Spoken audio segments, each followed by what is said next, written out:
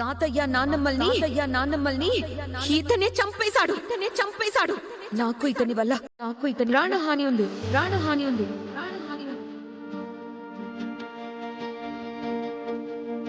ఊరుకో అమ్మా, అసలే నీ ఆరోగ్యం బాగోలేదు.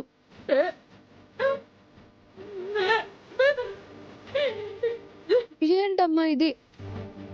అక్క చేసిన తప్పుకి నాకు శిక్ష వేస్తావా? నన్ను అనాథం చేయాలనుకుంటున్నావా?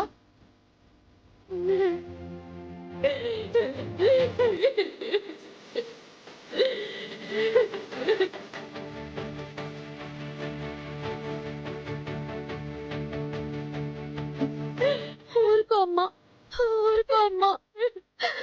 ఊరుకో. శ్యామల, ఏంటిది?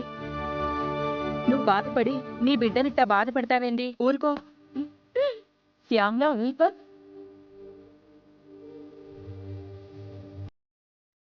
కన్నవాళ్ళు లేక చాలా మంది ఏడుస్తుంటే ఉన్న అమ్మా నాన్నలే లేరని చెప్పింది. అట్లాంటి కూతురు ఉంటే ఏమీ పోతే నేను.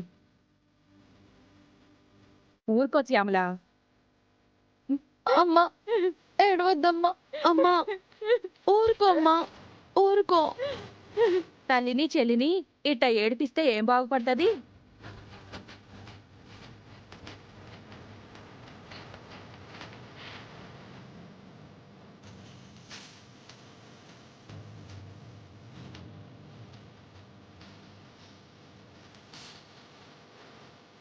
మా తాతయ్య వాళ్ళని నమ్మించి మోసం చేశాడు.